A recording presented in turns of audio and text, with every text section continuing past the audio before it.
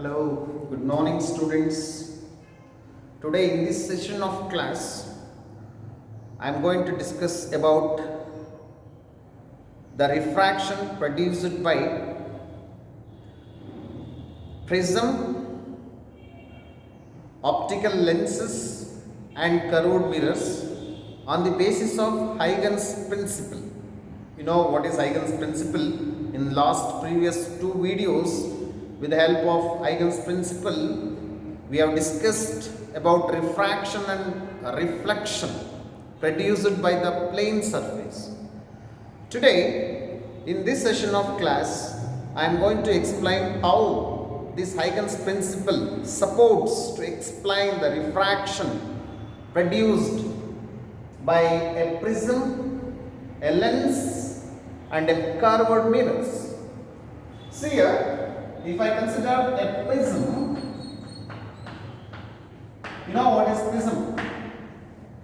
Prism is an optical medium which can be used to produce a spectrum of light. So to write the ray diagram of the prism, this is what the principal cross section. A stands for angle of the prism, BC stands for base of the prism, AB and AC are the two refracting surfaces. Now, with the help of Huygens principle, you know that what is Huygens principle? See, Huygens principle states that each point of the wavefront is a source of secondary disturbance, and these disturbance can travel as a secondary wavelets with the speed of wave, isn't it? So that principle we are going to use here. Wavelet. Consider a plane wavefront. Say this is a plane wavefront. You know how to write plane wavefront. Locus of all the points which are in the same state of vibration is called plane wavefront, or generally we call them as wavefront. If it is a plane in shape, it is called plane wavefront. Now, this is acts like a parallel beam of light. So, any line which is perpendicular to the wavefront, this is what a wavefront, plane wavefront. This is what the plane wavefront, plane incident wavefront, incident wavefront. Now, what happens when these plane enters and starts incident, that this is the point where the first disturbance can starts. So there is a time delay between these 2 points. Here to here there is a time delay because the prism is having a particular shape. Now after the refraction produced by the surface AB and AC, there are 2 times refraction takes place.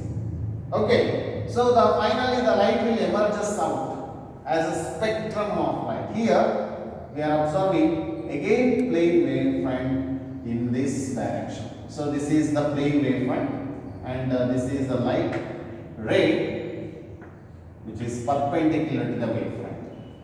So this is parallel wavefront. Again this is also a parallel wavefront after refraction produced by the prism. Now if I consider a lens, so you know what is lens? Lens is an optical medium bounded by minimum one spherical surface. Minimum one spherical surface. Here I will consider convex lens to explain the refraction produced by the convex lens by using Huygens principle. So it is a convex lens.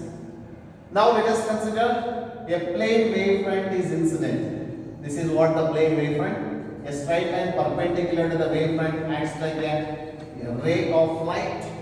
See here, this is the portion which can meet the lens first compared to these two regions. When the light incident first, it will come out here. So the light can reach at this point. Therefore, whatever the locus of points we are going to write. So this is the locus of all the points, or this is the tangential line to all the secondary wavelets. Secondary wavelets can reach here. If I draw a locus to all the points, So we will get a structure like this. You know what is this shape of this structure? This is exactly spherical in nature. So actually this is a plane wavefront. After refraction produced by this convex lens, we will get what type of shape?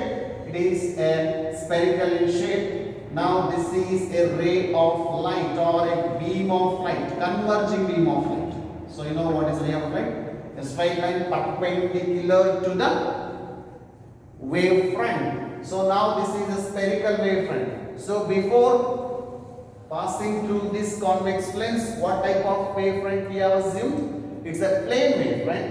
After refraction produced by the convex lens, we will get a curved wavefront. This is what the spherical wavefront. So this is a converging beam of light. So this is a converging beam of light and this is a parallel beam of light. Now, if I consider the same thing for a curved mirrors,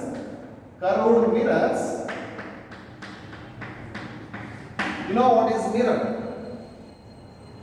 It is an opaque body which can mix the reflection. Now let us consider this is the mirror surface. If I want to say whether it is convex or concave, it depends on the opaque surface. So this is the plane surface which can use it for reflection of light. Let us consider this is silvering portion. It acts like a opaque surface. Now when a ray of light incident, let us consider a parallel beam of light incident. It means what type of wavefront we have to assume here? We have to assume plane wavefront. Okay, fine. So when this wavefront incident, this is the last portion. Right, again we will get this curved shape like this, isn't it? So converging beam we are getting. So this is plane wavefront. So after reflection produced by this concave mirror, here we are getting what type of wavefront? Yes, it is a spherical converging wavefront. It is a spherical converging wavefront. So this is the wavefront. It is the secondary wavefront. This is the primary wavefront. Primary, secondary. Here the disturbance is produced by the lens. Here the disturbance is produced by the curved surface. So where the disturbance can occur? On the surface of the wavefront. This is according to Huygens principle. If there is a disturbance in the wavefront, that disturbance in all points acts as a source which can produce secondary wavelets, and those wavelets can spread in all directions with the speed of wave. So that is what I am telling in these ray diagrams. So this is what the explanation of refraction produced by the prism, refraction produced by the lens, and reflection produced by the curved mirrors. So this is explained on the basis of Huygens principle. Clear? Now, dear students, after this, let us move on to the next concept, that is okay, I think you understood what I explained just now, that is related to the Huygens principle. We have explained refraction produced by a prism, convex lens and a curved concave mirror. Now let us move on to the next concept, that is Doppler effect. So this word you have already heard in the first PUC itself. You know what is Doppler effect? So Doppler effect is the apparent change in frequency of the sound heard by the observer when there is a relative motion between source and the observer. So these things you have studied related to the sound waves. The same phenomenon is applicable for light also. So the light can exhibit the Doppler effect because light is a wave in nature. So if it is a wave in nature, that's why it can satisfy Doppler effect. So here, to understand what is Doppler effect, when there is a relative motion between source and the observer, here the observer is using light rays. Okay, source is light source. If there is a relative motion between these two, then there is a change in wavelength, but that change in wavelength is not actually, that is an apparent change in wavelength. Not, there is no actual change of wavelength, there is an apparent change of wavelength, isn't it? So actually visible region contains these wavelengths V, I, B, G, Y, O, R, Vidgaya. So violet to red. Violet is the shorter wavelength and red is the longer wavelength. This is the visible spectrum. You are familiar about this. When there is a relative motion between source and observer.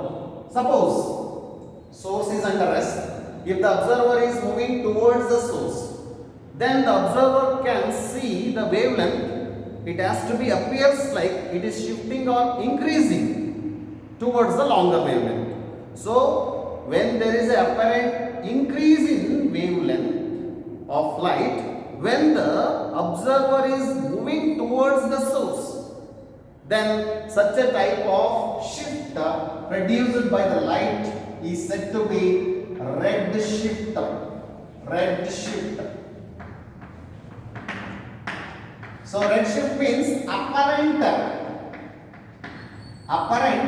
increase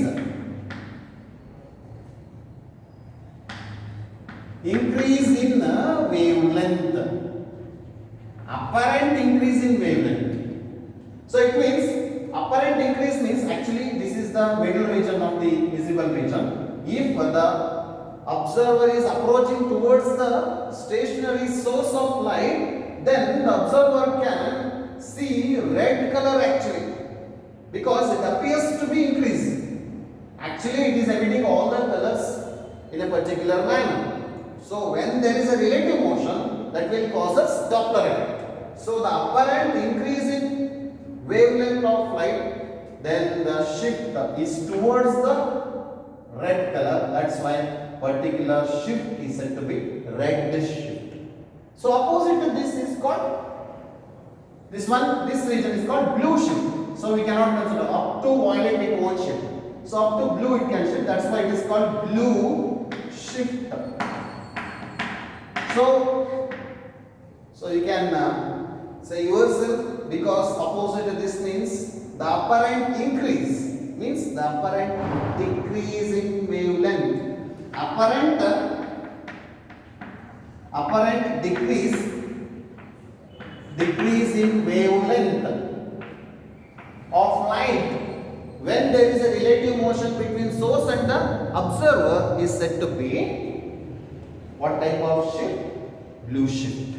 So blue shift is occur when there is a decrease in wavelength, and red shift is occur when there is an increase in wavelength, when there is a relative motion between source and the observer. You know, when the wavelength increases, it is approaching towards. When the wavelength decreases, when it is moving away. So that is the difference between here. Now to mathematically express this, Doppler shift is given by delta nu divided by nu. You know what is delta nu?